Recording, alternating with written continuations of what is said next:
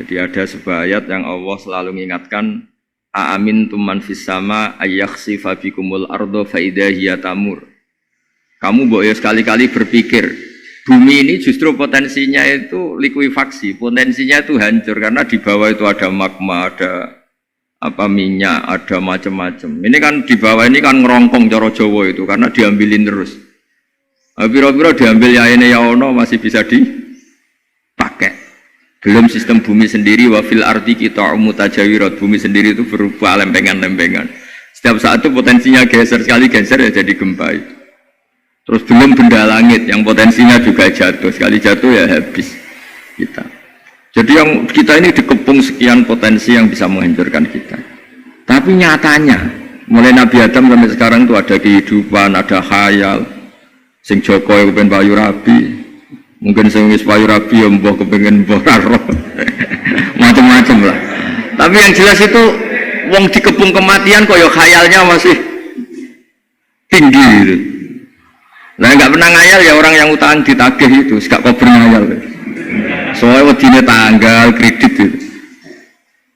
Tapi ini saya cerita supaya orang Indonesia itu ngerti lah bahwa yang ngepung kita itu tidak hanya COVID.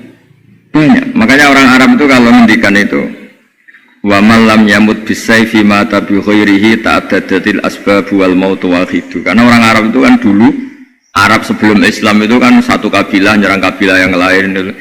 Wah itu kan harus butuh orang-orang tangguh karena dulu sistem rezekinya kayak sistem Indonesia dulu lah. Kerajaan ini nyerang ini supaya satu kerajaan punya eksistensi harus mengalahkan kerajaan yang lain. Bahkan cerita-cerita itu sama lah di Indonesia di mana-mana. Nah itu pemuda-pemuda yang gagah berani itu karena punya pegangan tadi. Wa man lam yamut bisayfi toh mata biwirihi. Kalau kamu tidak mati di medan perang ya tetap aja mati juga.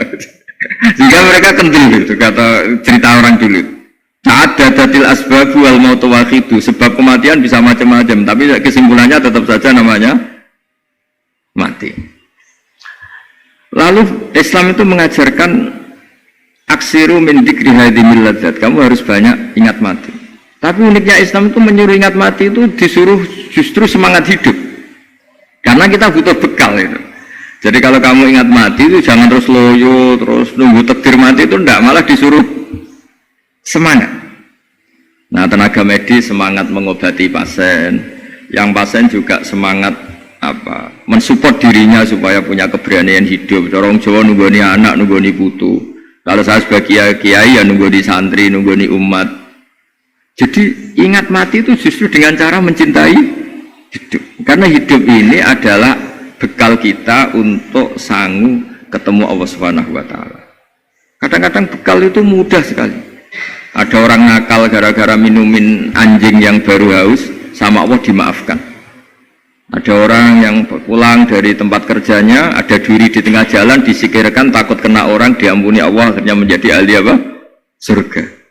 Ada orang yang kerja untuk orang tuanya, kemudian orang tuanya dicukupin menjadi ahli surga. Bahkan ada ahli surga itu ceritanya itu, tapi ini jangan dicoba.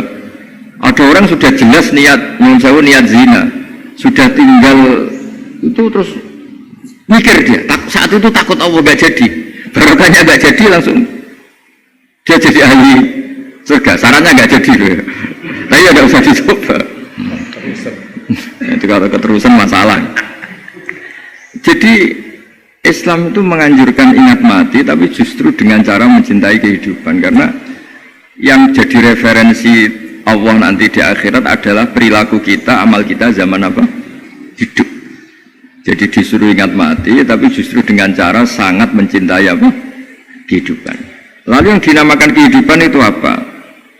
Ya kita-kita ini, ada yang mengkhidmati agama, mengkhidmati orang sakit, mengkhidmati itu ya berbakti, membantu. Ada yang nata lalu lintas, ada yang nata keamanan kayak Pak Polisi, ada yang nata keuangan kayak Kemenku, macam-macam. Semuanya harus kita cintai, profesi-profesi yang oleh Islam dianjurkan untuk kita nekuni itu. Jadi saya mohon lewat cerita ini orang itu tidak fokus takut COVID. Kasihan COVID kan jadi tersangka pembunuh sini itu. Padahal di kampung-kampung orang lugu-lugu yang saking nggak ngertinya itu kalau dikasih sumbangan itu katanya itu salam COVID matur nuwun. Itu ribet kalau orang lugu-lugu itu. Dikira COVID itu satu makhluk atau manusia yang apa? Mimbang gitu. Jadi saya mohon semohon-mohonnya, minta seminta-mintanya, sampean harus ngitung nikmat lah. Dengan sistem meteor seperti itu di langit tidak jatuh ke kita, sistem bumi yang sudah ngerongkong gini tidak likuifaksi.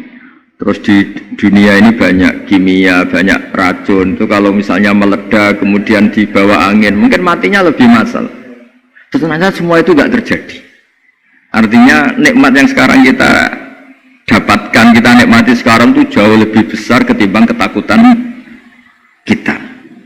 Nah, ini Islam selalu menganjurkan fazkuru ala Allah la'allakum tuflihun. Selalu ingat sisi-sisi nikmatnya Allah. Kamu jangan hanya sisi wah kita dikepung Covid, kita punya istri judes, punya anak nggak nurut, punya atasan sadis, punya anak buah nggak loyal. Kalau gitu terus ya kamu nggak berani hidup. Yang diingat masalah terus. Itu salah, hidup seperti itu salah menurut Islam. Yang Islam menganjurkan fazkuru ala Allah, kamu ingat sisi-sisi nikmatnya Allah, bukan sisi-sisi kita hidup itu diuji.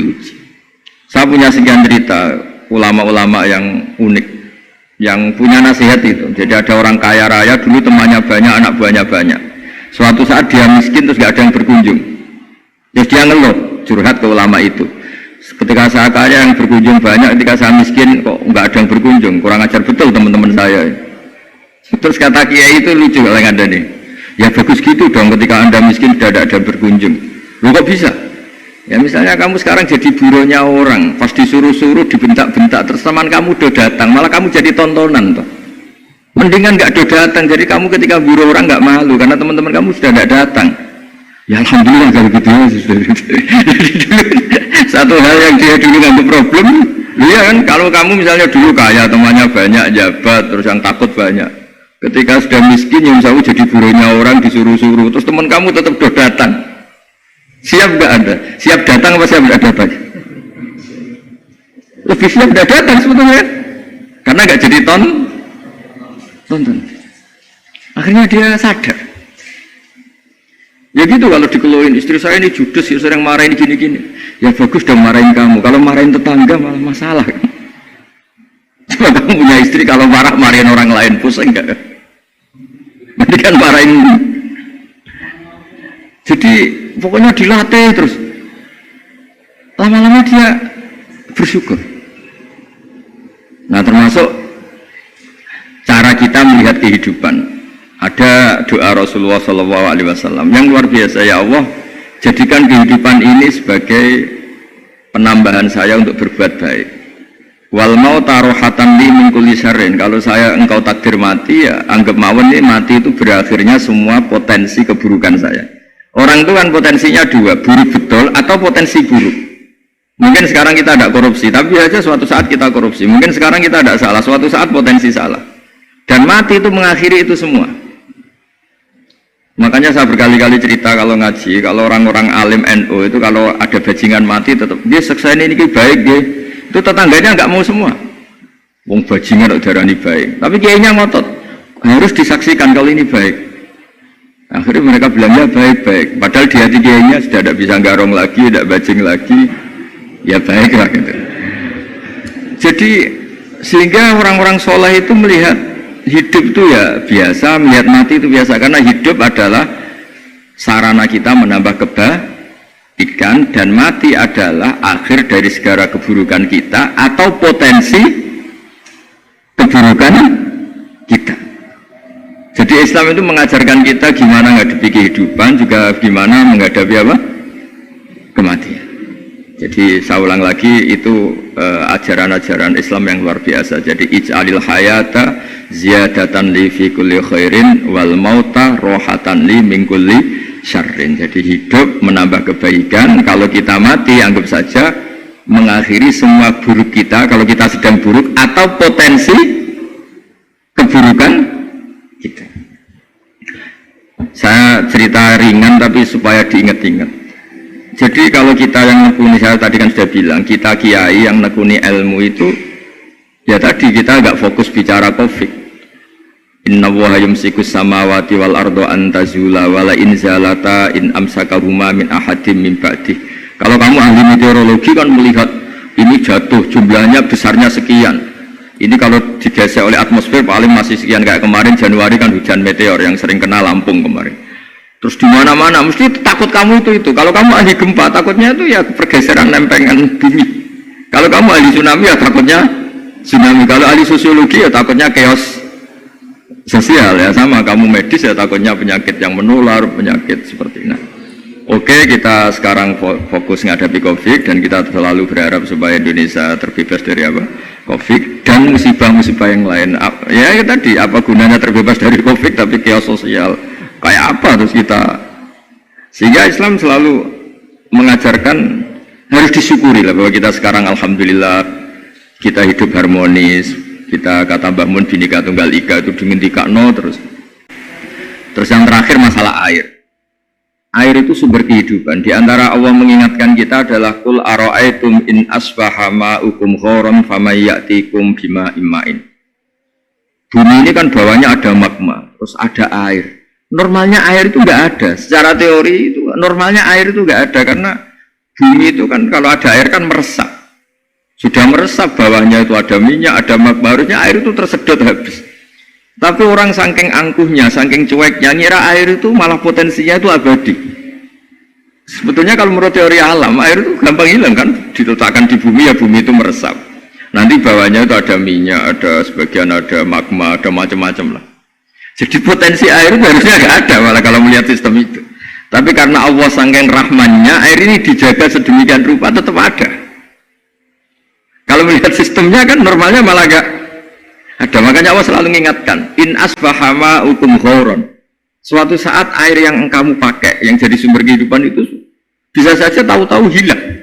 Mungkin tersedot oleh panas bumi atau corong Jawa niku nyeresep entek atau gimana lah cara Allah menghilangkan.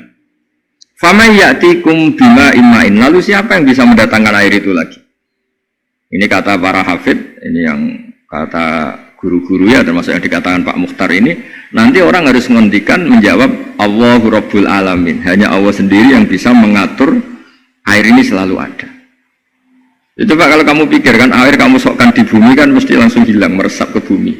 Bumi ada bawahnya lagi, ada bawahnya lagi, dan mungkin yang paling bawah mungkin entah, harusnya itu nggak ada. Tapi Allah saking sayangnya mengatur sistem, air itu ada dan tersedia. Tapi ketika orang terlalu cuek dan angkuh sampai lupa syukur tersedianya apa? Air itu Allah mengingatkan, disuruh bayangkan, kul ara'aitum, coba bayangkan kalau in asbaha ma'ukum ghoran. Tadi kan ada khataman ya, saya ikut, terima kasih. Bayangkan kalau air suatu saat itu ghoran menjadi hilang. Famay ya'tikum bima imma'in. Jadi saya tidak bisa spesifik memberi nasihat tentang COVID karena ya tadi yang bisa membunuh kita ini banyak. Ya tsunami ya bisa bunuh, gempa bisa bunuh, likuifaksi bisa bunuh, jatuhnya benda lain kita bisa bunuh. Takut tanggal utang kaget ya bisa bunuh. Macam-macam. Semacam-macam lah ngidur ya. Kemarin mudik aja yang sebelum tertata rapi aja mudik aja berapa kemarin kalau ada apa mudik lebaran yang tahun berapa, 3 tahun yang lalu apa 4 tahun yang lalu dulu. Jadi saya mohon, ketakutan kita adalah yang hakikat adalah takut jadi hamba yang tidak baik. Itu yang harus jadi ketakutan sejati. Takut kita di mata Allah tidak jadi hamba yang baik sehingga kita jauh dari Allah Subhanahu wa ta'ala. Karena cita-cita terbesar kita dan cita-cita terbaik kita adalah jadi hamba yang diridhoi Allah Subhanahu wa ta'ala. Sebaliknya ketakutan kita sejati adalah takut su'ul khotimah, takut jadi hamba yang tidak baik. Kita inginnya adalah assalamu alaina wa ala ibadillahis sholihin. Yang berhak mendapat keselamatan dunia akhirat adalah orang-orang atau hamba-hamba yang soleh. Ya tadi untuk menjadi soleh itu gampang di Islam itu. Tenaga medis nolong pasien ya ibadah, pasien husnudzon sama dokter ya ibadah, mengelola hidup, ingin hidup ya ibadah, anak ngurus istri ngurus, pokoknya anak yang ngurus keluarganya juga ibadah. Semuanya itu di Islam itu asal tidak maksiat itu dianggap apa? ibadah. Dan untuk orang menjadi kekasihnya Allah kayak tadi, ada orang yang karena ngerawat hewan dijadikan walinya Allah, menghilangkan duri atau pengganggu di jalan jadi kekasih Allah. Itu cerita-cerita itu semuanya ringan. Bahkan tadi ada yang cerita sekedar ingin maksiat dan tidak jadi. Dalam Islam itu kan gitu, orang merencanakan maksiat kemudian tidak jadi, itu ditulis pahala. Jadi gampang sekali untuk menjadi orang soleh dalam Islam. Kalau tidak bisa itu semua, kata Nabi, takuffu syarraka 'anin nas fa innaha shadaqatun minka 'ala nafsik. Kalau tidak bisa berbuat baik sama orang lain, yang penting tidak mengganggu orang lain. Terus kan enak turu ning omah ngelamun, bengak-bengok dhewe, banter-banter tadi. Nak bengok-bengok banter-banter kan ganggu tangga. Itu asal tidak ganggu orang lain. Takuffu syarraka 'anin nas. Kamu jangan sampai efek buruk kamu berakibat pada orang lain. Itu juga fa innaha shadaqatun minka 'ala nafsik. Itu ya bagian dari sedekah kamu. Taruh saja misalnya kalau secara ilmu medis, misalnya kita ini kok dinyatakan positif COVID, secara ilmu medis nggak boleh ketemu orang lain, terus kamu diisolasi. Kamu niatin ketika diisolasi itu tidak menularkan bahaya kepada orang lain. Itu juga ibadah. Jadi ibadah itu gampang sekali, mudah sekali. Karena agama ini yuridu wa bikumul yusra wa la yuridu bikumul usra. Agama ini mudah, bukan sulit. Ya, mohon maaf tadi saya nggak bisa datang yang jam 11 karena saya tadi malam hormat di Jogja, acara 7 harinya Kiai Haji. Jadi pagi baru datang. Tapi saya mohon pokoknya yang seneng ya, hidup itu yang seneng, diberi kesempatan hidup sampai sekarang itu yang seneng. Jangan karena teman kamu meninggal terus akan-akan ini teman saya meninggal, paling saya besok. Kok kamu tahu? Nyatanya besok hidup lagi, besoknya ya hidup lagi, sampai sekarang ya masih hidup. Sudahlah, mensyukuri yang ada. Jadi sudah saya mohon, syukur itu penting. La in syakartum lazidanakum. Justru dengan kita syukur itu insya Allah segalanya akan tambah baik, tambah baik. Nggih, matur nuwun, ngapunten ingkang kathah. Assalamualaikum warahmatullahi wabarakatuh.